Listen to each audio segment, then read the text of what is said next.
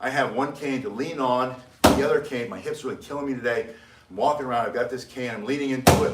I strike with the other one, I can put it here, put it into his body for self-defense. I can pop it up here, reach out. Cool for self-defense for the times that we live in.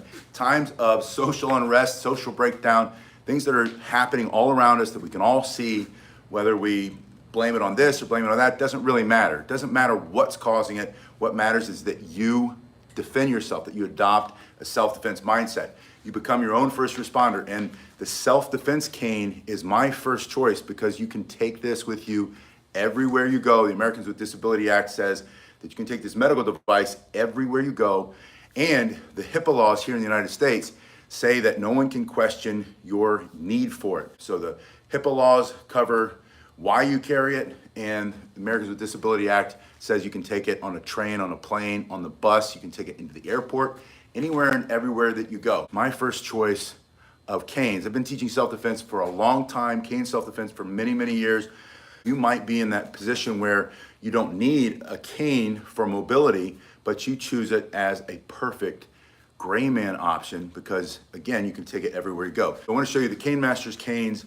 These are designed specifically. They have a wider crook right here. They're usually made out of oak or hickory.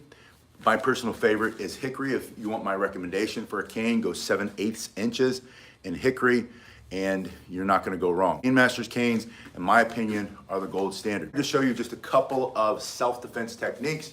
When you adopt the mindset of personal protection, becoming your own bodyguard, your own sentinel of self-defense, you have a self-defense mindset, you wanna think about principles. And the principles of self-defense are pay attention to what's happening around you. Always think about paying attention to what's happening as it's happening. We call that situational awareness. Keep your phone in your pocket, keep it in your bag, carry your cane, be in an alert posture, look, think, see what's happening, get into a better position. In this case, I always put one cane in front of me. If the cane is here and he comes in fast, I can stick it into his face very quickly. I can bring this through here, I can bring it back here, bring it down, and rip off the top of his head for self-defense. A personal protection device has to be able to be employed very quickly. Something like this up between the groin and then down over the top of his head, coming up against the side of his body or the side of his head for self-defense, into the ribs, into the legs. You can use this Cane Master self-defense cane very effectively because they're extremely strong. They have a patented process. They've been around for 20 plus years. Again, I think it's the gold standard of self-defense cane. I wanted to talk about this idea that society seems to be under a lot of pressure for whatever reason, and it's time to stop thinking about what's causing it and start preparing yourself for self-defense, adopting that self-defense mindset. So I wanted to show you a few more self-defense techniques you can do with your cane. I have one cane to lean on, the other cane, my hip's really killing me today. I'm walking around, I've got this cane, I'm leaning into it. I strike with the other one, I can put it here, put it into his body for self-defense. I can pop it up here, reach out and rip. If you're carrying the cane this way, slide your hand down the front of the cane, bring it up sword style thrust, bring it to your shoulder, striking into the temple, bring it around to the other side of the temple, down on top of the head, into the body. And when you bring it off the shoulder and you fight from behind it, you're able to create maximum amounts of power and then maintain that principle of self-defense, which is keep the cane between you and the threat. Practice, the more you'll be able to use your cane properly for self-defense. Now, if I have just one cane, I like to do a lot of two-handed strikes for self-defense.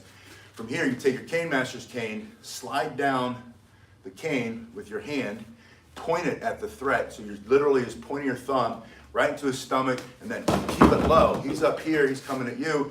You stick it to his stomach. You can, by moving your front hand, change where you're putting that cane, stick it into his throat for self-defense, into the face, turn this way, blast, using two hands, just straight out this hard bar of oak or hickory, whatever yours is made out of, will go through, smash the teeth, smash the nose, smash the eyes, into the chest. You can also box the sides of his head here, bring it down, bayonet attack style, bring it in, rifle butt strike style. There's no way to do it wrong. Practical and effective self-defense uses common sense. Sliding the hand here, pointing the thumb, taking a step will generate maximum amount of force going through his body. But you can take this anywhere you go.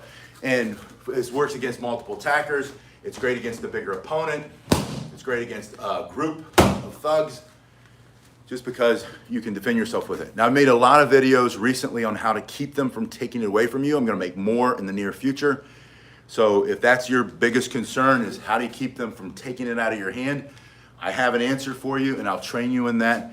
But I wanted to just show you the best self-defense tool, in my opinion, for the times that we live in.